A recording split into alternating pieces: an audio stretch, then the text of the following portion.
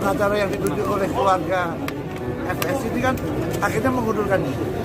Dia sebagai statusnya sebagai tersangka, maka pada saat dia akan dilakukan pemeriksaan, dia harus kita siapkan pengacara.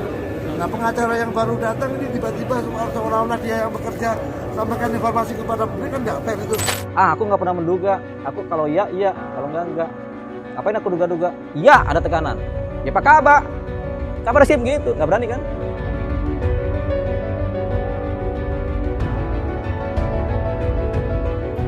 Jangankan Richard ya. Kita aja yang udah kenal lama sama mereka ditekan. Kurang apa Pak Andi kenal saya? Kurang apa Pak Wira kenal saya? Kurang apa Pak Suradi kenal saya? Itu tetap ditekan. Lama lo kita kenal. Kurang apa para penyidik kenal saya? Tetap ditekan kok. Cuman bukan mereka. Mereka ini bayar putih. Pak Andi ini bayar putih. Kenapa? Pak Andi kan nitip saudaranya Pak Burhanuddin sebagai pengacara. Mana bisa dia buang Pak Burhanuddin, orang itu saudara dekatnya. Orang kata Pak Burhanuddin, nggak mungkin lah dia, Pak Andi Rian itu kemudian mengkhianati saya. Aku jawab, mungkin. Mungkin nggak sih? Mungkin. Gitu. Ini nih, sebelum mereka tahu ada perubahan BAP. Izin Pak, pernyataan pengacara Baradae yang ditunjuk oleh Dirpidum Andi Rian di media bertolak belakang dengan BAP Baradae. Ini BAP yang lama, bertolak belakang. Mereka baru dapat berita nih. Telepon pertama nggak aku angkat, telepon kedua nggak aku angkat, telepon ketiga nggak aku angkat. Telepon keempat kan bunyi, nggak keluar dong di sini. Jam 5 sore, lewat 15 baru mereka kasih tahu surat pengunduran diri dari pengacara sebelumnya. Sepanjang ini aku persoalannya tipis-tipis karena belum dapat surat cabutan kan. Jam 5 sore baru dikasih, baru aku dapat. Oh iya oke. Nah, aku dipanggil itu malam-malam ini. Tanggal 7 malam. Jam 8.55. Saudaraku ini saudaraku loh ya. Seduluran. Ini orang Bojonegoro, namanya KP Dr. Suradi SBD. Doktor ya Suradi ini. Sekarang orangnya lagi stres gara-gara aku minta maaf. Analisa terhadap perkara sebesar ini dia sendirian sama Kasubdit sama Dir, hanya karena untuk mencari tahu apa sih yang terjadi dari skenario yang lama. Mereka harus mikirin apa yang terjadi.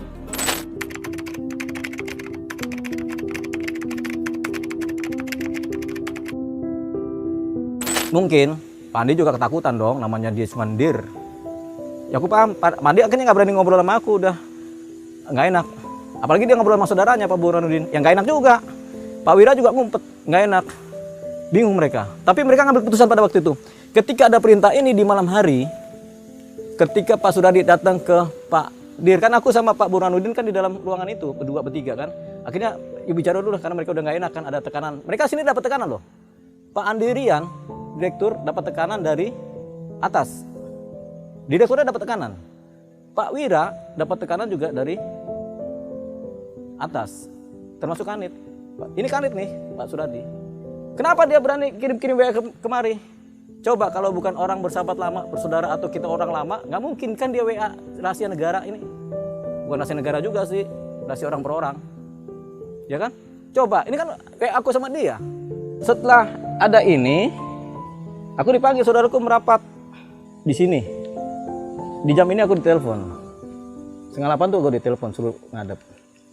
Karena aku nggak ngadep-ngadep, dia bingung, dia kirim aja ini ke aku. Ngasih tahu nih ada perintah beginian, gimana? Ya, aku udah paham, bukan perintah dari Kamlek maupun direkturnya, bukan. Namanya kabar reskrim kan? Coba kabar Bareskrim yang lama, Subdit 3 yang nanganin pertama, skenario pertama. Tahu kan? Yang dalam skenario di mana tembak-menembak itu kan yang kerja Subdit di tempatnya, bukan Kamlek. Atas perintah siapa? Siapa tahu atas, karena dia juga nggak tahu. Sehingga dibikin skenario gini. Sehingga Subdit 3 303 melakukan ini skenario pertama, makanya kan mereka banyak keangkut. Dor. Atas perintah siapa sampai ini lolos jadi skenario pertama? Apakah atas perintah Dir? Orang Dir merah putih kok. Dir nggak tahu.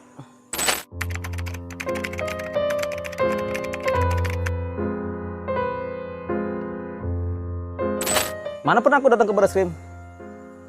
Orang aku datang cuma hari ini tanggal berapa nih? Yang malam-malam dipanggil nih sama Burhanuddin, dipanggil untuk ngadep hanya untuk dikasih tahu minta maaf. Ini ada perintah dari pimpinan untuk cabut.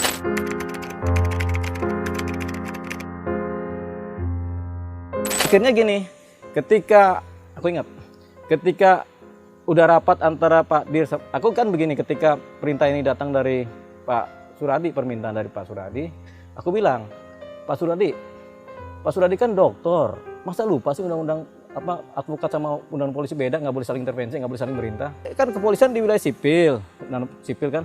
Kalau perintah atasan yang kemudian melanggar undang-undang, anak buah wajib menolak. Ya juga saudaraku, aku sampaikan begitu. Nah, ketika disampaikan kepada Kasubdit sama Pak Rian, Andi Rian, dapat mereka nih. Tapi aku udah kadang kesel, aku pulang aja sama Pak Burhanuddin. Mereka masih rapat, diskusi kan. Pagi-pagi itu, kan kita tenang tuh, gak ada berita apa-apa lagi. Jam 9-an pagi. Saudaraku, ya kita sepakat nih di wilayah Dir, Kamnek sama ini. Saudaraku, lanjut terus. Oke, saudaraku calling down ya, itu telepon dia, Pak Suradi, orang baik. Berarti Dir udah paham? Paham? Pak Wira udah paham? Paham. Kita udah paham undang-undang. Kalau undang-undangnya, kalau kita melanggar perintah, kalau ada perintah yang bertentangan dengan undang, baik pimpinan sendiri, kalau kita rasa itu melanggar undang-undang, ya kita nggak kerjakan. Omongannya begitu. Dir sama Kasubdit sama itu disepakat begitu. Makanya aku telepon Pak Burhanuddin, Pak Burhanuddin udah calling down nih, udah sepakat mereka semua. Seide kita antara pengacara dengan penyidik, dengan Dir ke bawah loh ya, Dir ke bawah. Nggak ke Kabang, enggak. Tapi kan Wakabah juga tahu, tapi Wakabah kan udah jadi Kadifropam. Kemudian Pak Burhanuddin, itu hari apa? Senin tuh. Telepon Pak Andi Rian. Pak Andi, izin, kita kan selalu koordinasi nih. Pak Andi Rian, coba telepon. Izin Pak Andi, saya dan Pak Olip sesuai petunjuk perintahnya kita akan ke LPSK. Oh lanjut aja, berangkat. Gitu. Tiba-tiba sambar geledek. Sambar geledek tahu Pak? Sambo geledek. Harinya apa? Hari Kamis.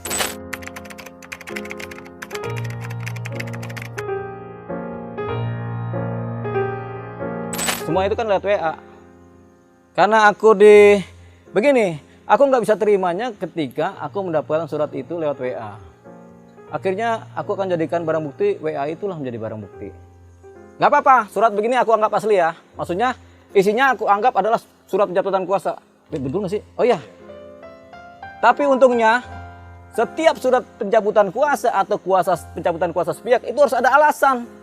Tanpa alasan, cacat hukum dong, ya kan? Ini yang bikin pasti pengacara goblok. Mana ada cabut kuasa tanpa alasan? Begini pun kejahatan, nggak sempurna. Nggak sempurna apa? Tidak ada alasan-alasan yang menjadi dasar pencabutan kuasa. Padahal itu yang paling kunci. Aspek materialnya dan formilnya itu. Bodoh kan? Berarti Tuhan menjaga Agus dan menjaga Richard juga. Itu alasan kunci. Makanya aku santai aja.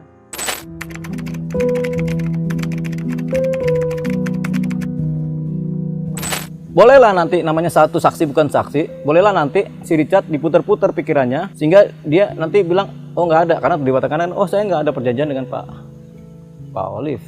Di surat-suratnya dia ke aku selalu ada tulisan tangan berupa tanggal tertulis, tulisan tangan, tulisan basah dan jam tulisan basah.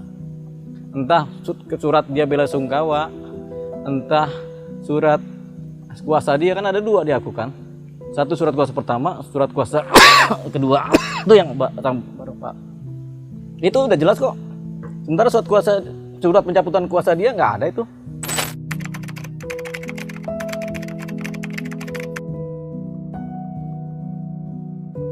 Aku nggak pernah menduga. Aku kalau iya, kalau enggak. Ngapain aku duga-duga? Iya, ada tekanan. Ya Pak Kabar Sim gitu, nggak berani kan?